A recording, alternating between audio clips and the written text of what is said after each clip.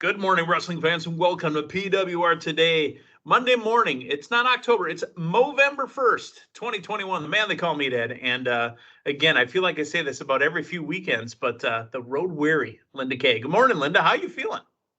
I'm feeling confused. What time zone are we? Yeah, are we where in? am I? How old is this cheese? Yeah. Yes, exactly. As you know, I just got back from Las Vegas Viva! and absolutely celebrating a big birthday of mine. My 21st birthday, if you will. Yeah, And now it's legal. Now you can be on the podcast because, you got to be 21 years of age or older. yes, exactly. So it was a tremendous time just trying to get adjusted back to Central Time Zone and just Milwaukee in general. But So is all in Vegas all, Pacific or Mountain Time? it's Pacific. Pacific? Okay. Uh, be Yeah. specific about Pacific. Oh, yes. Or specific about mountain if you're the Mott's. Fair enough. Yeah, I got a question for you before we talk about our sponsor. Did you wear for Halloween the hottest new trend in costumes this year? The Aaron Rodgers getting knocked on his ass mask up around his nose.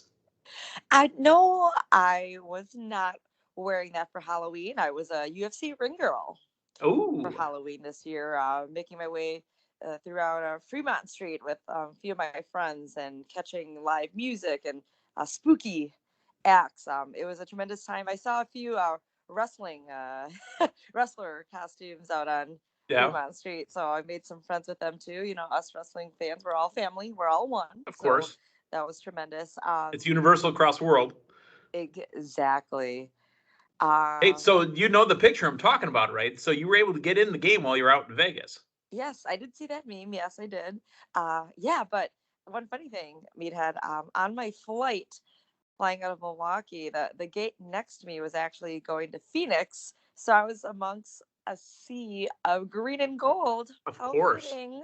Flying out Thursday, I was like, maybe I should stop at Phoenix, catch the Packers on my way to Vegas. But no, I did catch the game while I was having dinner in Vegas, and I wanted to jump up and down at seeing that Packer win. I know we're here to talk about wrestling, but I know you and I always gotta get our Packer. Got to get our love in there. Yeah. Yes. So that was an Especially extra because gift for my birthday. they should have had that game the whole time. It should have been up by 2 touchdowns, but unfortunately, and the best meme, and we'll end it right here. The best meme of the entire weekend was video of the throw towards the end zone, and AJ Green not seeing it, not turning around. Bonnie Tyler playing in the background. Turn around Oh my every now gosh. and then. Oh my God, I lost it. Well, All right, I will Linda, say who takes care of us? What were you wearing out there when you weren't in costume? Besides, obviously, beachwear, poolside. yes. Well, how did you know? I was wearing one of my tremendous collared elbow t-shirts Oh, out on the Vegas Strip. So if you also want to be sporting collar and elbow, make sure to go to collarandelbowbrand.com. As always, check out the latest and greatest in wrestling street fashions. And to save 10% off your order, use promo code LindaK. That's LINDAKAY to save a little extra cash. And the holidays are coming up. So yeah. keep a close eye on collarandelbowbrand.com.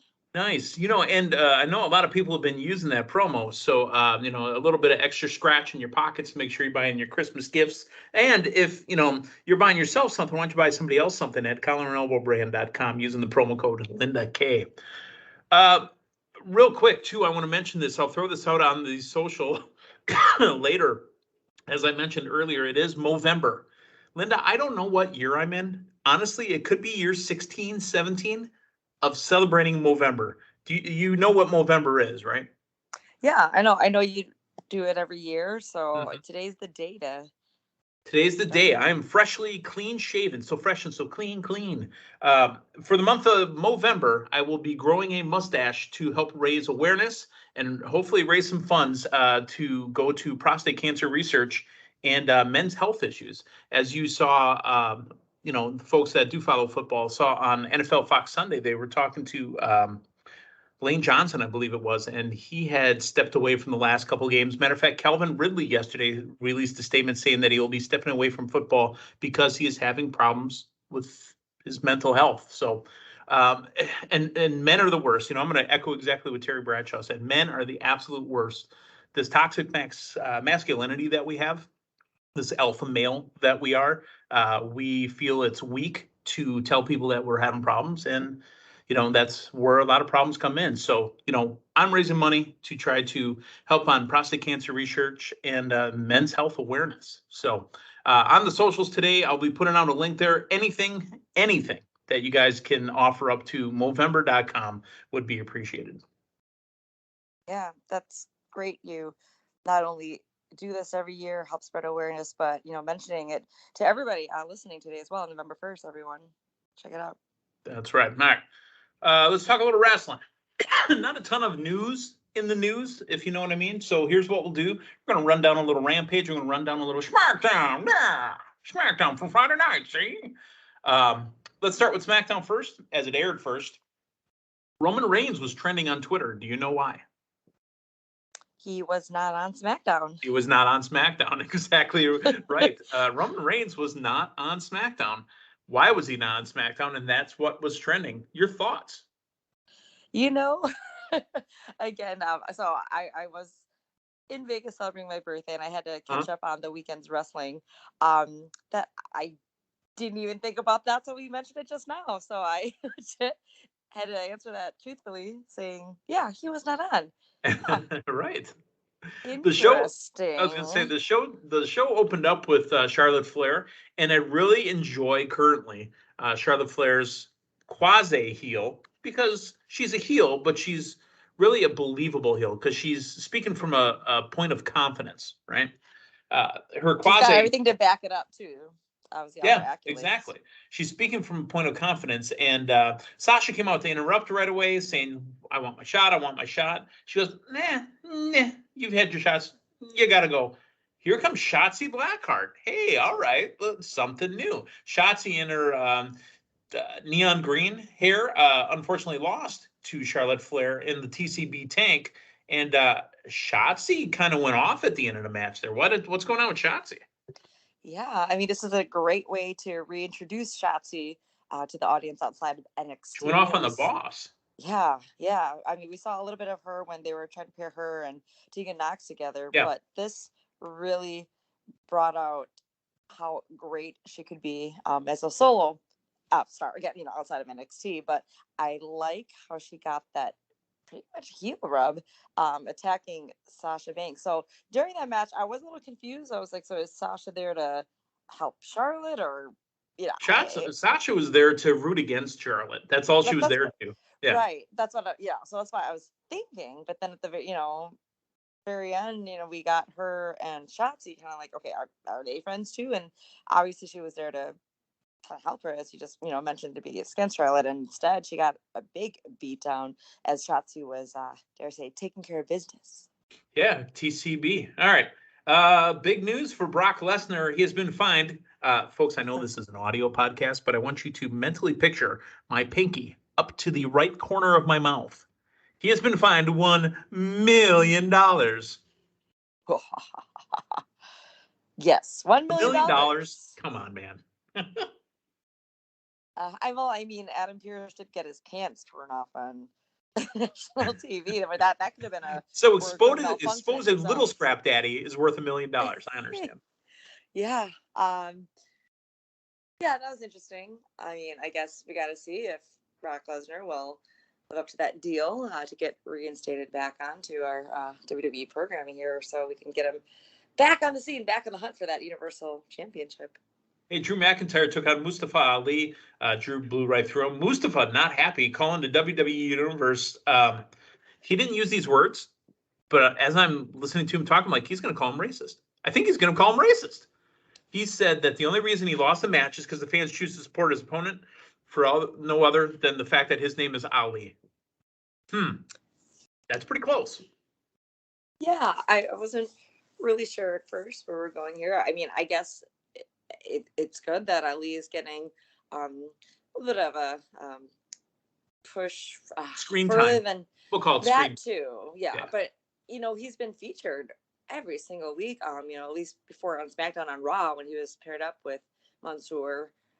Although as we've mentioned numerous times on the podcast that he's lost every single time, where he's been the one that's been pinned, and then he lost to Mansoor at Crown Jewel, and then on SmackDown, and then now he's back coming out at Open Challenge for Drew McIntyre, which I think all of us felt he was not going to win, and even the commentators alluded to that. But the fact that he got to speak his mind after, and getting still a continuous storyline where I'm glad that he is getting something, just because he's just been getting pummeled each and every week. And so there's a reason into why that is. And now it's a way to let him really shine on the mic, as I'm sure we'll get to see the next couple weeks.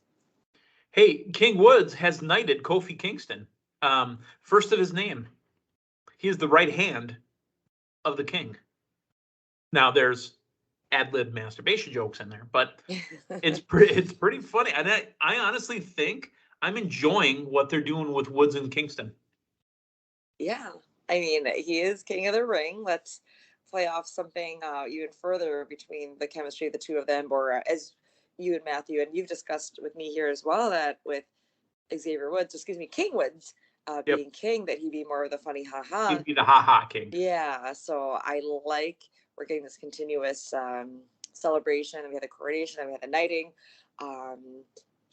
It's great to see them, although I'm kind of jumping ahead here, but we did get to see them interrupted by the Usos, which I'm like, okay, we've seen New Day and Usos plenty of times. However, I will not get sick of that, because I think they put on a stellar match each and every time. You know what? They're great dance partners, the Usos and the New Day. And it doesn't matter what iteration it was. If it was Kofi and Big E, or if it was Kofi and, Woods, or if it was Woods and Big E, it didn't matter. The New Day and the Usos, amazing matches. Hey, you go to a ton of concerts, right? I mean, you've seen your fair share. Yes. In the middle of guitar solos, has any guitarist ever been hit with a kendo stick in the back? Not that I've seen. And okay, well, it was a first then. Yeah, exactly. Yeah. Wait, was this the Trick or Street fight?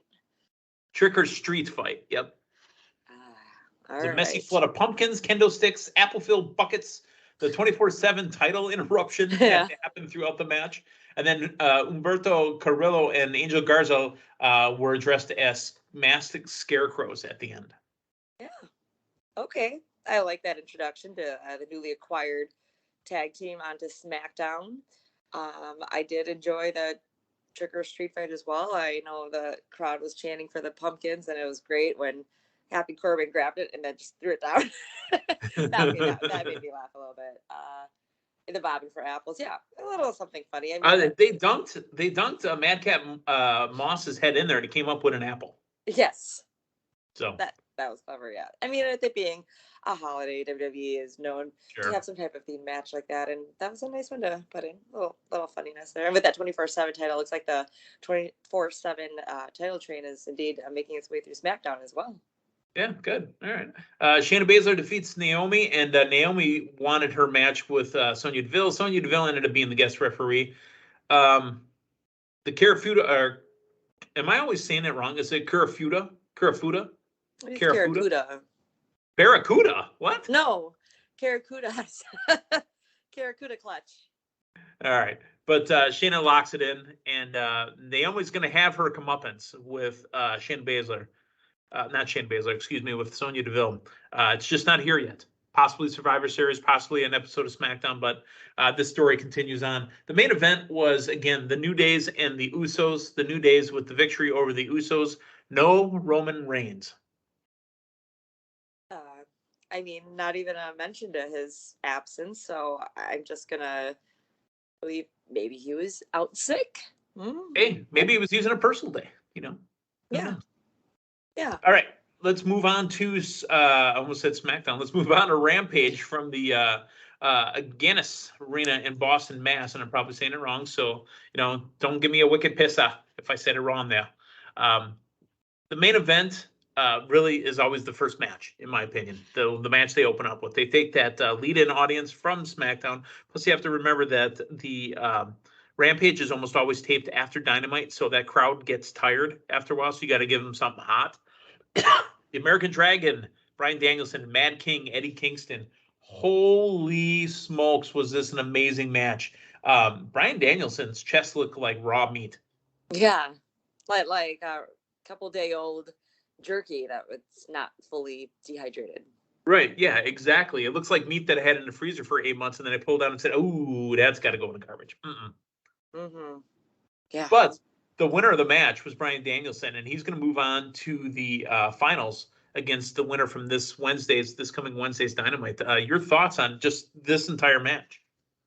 I mean, I had to watch back a few moments of that match. The two of them, stellar match. What a way to kick off Rampage, and the two of them delivered.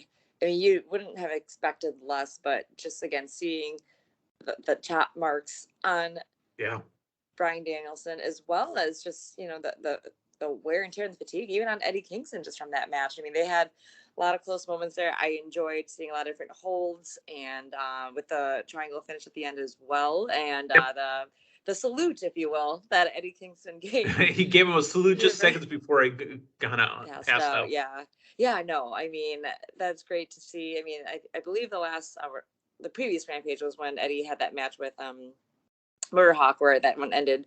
Obviously. Yeah, it ended with the roll up because Murderhawk wasn't able to. Coming back to this Rampage and really putting on again, just these matches, as you said, that kick off Rampage have been awesome. I mean, they go pretty much. I don't want to sound like I'm 20 years old, but they're just straight fire. I mean, they are amazing. Yeah, absolutely. Bryan Danielson has kicked off Rampage a couple times, and every time, I mean, he delivers. So, as you mentioned, he advances. So that's awesome to see as well. And I would like to see more of the two of them if they meet again in the future. Right after this match, they go backstage with Shivani and CM Punk. Eddie Kingston, coming directly from the ring, interrupts it, and he goes, "I know you," and starts yelling at CM Punk. And CM Punk asked him if he wanted to go to sleep again. There is some serious fire there as well. Are we going to get possibly a Punk and Kingston match at the pay-per-view? I hope so. I hope we get it at the pay-per-view and not just this week on Dynamite. I think we can push this feud a little bit further. And put this on pay-per-view. Yeah, I mean, it's already next weekend. My goodness. But I think this is also a great opportunity to show us their history, perhaps them meeting in the indie circuit and him losing to CM Punk, hence Punk saying, do you want to go to sleep again? So I want a little bit more feedback on this. I want to see some footage of previous matches they've had in the past as to why there was so much of that fire when they faced each other on Rampage. This was supposed to be a tag team match. It was supposed to be Dante Martin and Leo Rush versus the Sydal brothers. Mike Sydal unable to participate, so it became Dante Martin versus Matt Sydal. Dante Martin with Leo Rush on the side gets the win. Leo Rush is going to be the X factor here. Leo Rush, remember, he used to be the mouthpiece for Bobby Lashley. Oh, the rear view Bobby Lashley days. Yep. Sorry. No, it's okay. Thought of that. No, but seriously, Leo Rush is there's something there. I mean, he's not a big guy. He can work a small X Division type match. You know what I mean? But Leo Rush, he's got something. Yeah, I also like how, when he was with Bobby Lashley, he was just more, I can't recall if he was wearing flashy suits or whatnot, but just a whole different presence, I guess. Presentation is more the word. Where here he's wearing, I mean, he's got in the street clothes and, he still has that strong presence, though, as you mentioned. So there's definitely something more with that. I know we're getting this little bit of hesitation from Dante Martin fully really accepting the guidance. But that's what Dante Martin needs, I think, because Dante Martin doesn't seem to be an outspoken person. Right. So he's got the help already from Leo Rush from getting that win for Matt Sydal. Final match was definitely going to be up your alley here. It was the AEW Women's World Championship match. Well, actually, let me take that back. It was it's a no DQ match. It was a trick or treat match. It was the world champion Britt Baker taking on Abaddon. If Abaddon wins, she earns the title match. This one got hardcore quickly. Abaddon in the pre-interview, you know, the one Mark Henry does where he's in the middle and you have one competitor and then the other competitor. When it was her turn to talk, she just opened her mouth and blood just drooled out of her mouth. Mark Henry no-sold it and says, well, it looks like she doesn't have anything to say. It's time for the main event. Oh, yeah. Oh, and then she disappeared, too. And then she disappeared. Where'd she go? She started, it was like she started crawling her way to the ramp. But yeah, I'm glad we got to see Abaddon more in the spotlight. I've seen, we've seen her obviously featured on Dynamite and sure. Maybe perhaps on Rampage too, but I liked that she got this big time stipulation, and what more fitting for Abaddon and Britt Baker, as she said herself. She says she's a hardcore legend herself. Okay, this trigger treat. Hey, part of her video package is, her drooling on her mouth with blood. She's had thumbtacks. I mean, she's had the whole works. So. Yeah, exactly. So this was a great match. It's Halloween. Okay, let's put the two of them together and see if Abaddon could perhaps get a future title match against Britt Baker. But I again enjoyed this one. I didn't even think about perhaps thumbtacks getting in, but before that, we had the table spots where the table just wouldn't break. Yep. But still finding different ways to use it, and obviously, the two of them put a great show. We then got the thumbtacks. I thought it was funny if you heard on commentary them saying like, "Oh, I hate when this bag comes out," and I don't know if it was Jericho. He said, "Well, hopefully it's a small snake in there." But Taz yelling out "Thumbtack Jones." Yes, but yeah, I mean, I was expecting Abaddon to get more of the thumbtacks, but instead it was Britt and the two of them. Yep. Yeah, and then but the spot with the thumbtacks in the mouth, that you want something good for Halloween. That was something great as well. So that was the first setup, we've seen definitely on TV, at least with Giant or AEW. But in the end, due to interference that could happen, we had Jamie Hayter and Reba causing some distractions there. And yeah, I really wasn't sure. I thought maybe Abaddon would have pulled this through because it wasn't for the title. No, it was for a title match. Shot. Yeah, so I thought Abaddon was going to come through with that, but instead, But you know what? It still makes because you don't want to get into the WWE habit of being predictable. So it still makes it unpredictable that the champion's going to retain and makes the champion stronger. So. Right, and just as they mentioned during the match that Britt Baker lost, the lights out match to Thunder Rosa. Yeah, Britt Baker was the one who, obviously got more of the shine from that, I guess, if you will. Yep. But no, that was a great match, great way to end Rampage, and yeah, hopefully getting those thumbtacks out wasn't as bad as the last time for Britt Baker. Hey, I know the Raw is tonight, but I got to ask real quick. Coming up on Dynamite this Wednesday, they've already announced. Obviously, it's going to be Orange Cassidy and Jon Moxley in the semifinal match. Is Jon Moxley and Bryan Danielson too big even for the pay-per-view? I mean, because that is I think a huge match. I think that's the only expected outcome, because if it goes Orange Cassidy versus Bryan Danielson, we're going to have a great match, but then I think it's a no-brainer that it's Bryan Danielson. But I mean, is Jon Moxley and Bryan Danielson way too big a match? I mean, AEW has been putting tremendous matches on free TV for us. So, I mean, I don't know. I think it's fine. Their formula always seems to work. The crowd is hot. They want it. We're getting these matchups we haven't seen before and just have been anxious to have. So I think it'll be all right. And speaking of the crowd too, so they're going to be in Independence, Missouri, not too far out of Kansas City. Do you know what the name of that building is? The Cable Dahmer. I'm sorry, but us, me and you specifically, and our friends, whenever we hear not Cable, but when we hear Dahmer, we don't have pleasant memories of that name. That's all I can think of when I think of Cable Dahmer. I'm like, Dahmer, ew, Jeffrey Dahmer, ew. Right. I mean, we're a little scarred on that name, so I don't know where that name came from. But anytime I hear the name Dahmer Arena, I'm like, oh man, it's like I don't even want to get into it, but I mean, I just don't want to hear that man's name. That's all. Yeah. At least that's. No, I just giggled a little bit when I heard it because that was the only thing I could think of. All right. I also, as we mentioned, it was Halloween weekend, so we'd be remiss if we didn't talk about our former intern, our senior intern, Senior Cal, intern Cal, the FPK. Right. It was OVW's October pay-per-view Apocalypse that took place this past weekend, where we got to see the Fanny Pack Kid Cal Hero have a fantastic win and Yeah, him and get the Dustin won the tag yeah, team tournament, right? absolutely the Nightmare Cup Fanny Pack Party. That's great to hear, and we had another tremendous showing for OVW. If you missed that, it's up on the OVW YouTube channel, and Yep. I'll be back down in Louisville sometime soon as well. I'll keep you posted on that. But hey, look at what That puts the Fanny Pack Party, I think, in line for a title shot, doesn't it? Yeah, it shows that. Look what being a former intern with Pro Wrestling Report can right. I mean, we might need to start taking applications. If they want to get in the wrestling business, we might start having to take applications for interns. Mm-hmm. We'll have to see. Well, Linda, that's a lot of stuff. Tonight we got Raw. Again, it's a 3-hour show.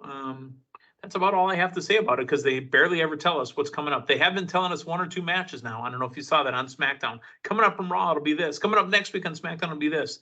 1 or 2 matches in a 3-hour show. I need to know a little bit more. Well, we know we're going to get a huge women's title match with Becky Lynch and Bianca Belair, so that's one that we. And that'll be a match worth watching. It shouldn't go over 3 commercial breaks, but it'll be a match worth watching for sure. Yeah. All right. Well, hey, that's Monday morning. Again, folks, it's Movember 1st, 2021. For Linda Kay, I'm the man they call Meathead. Thanks for stopping by. We'll talk to you tomorrow morning. So long, everyone.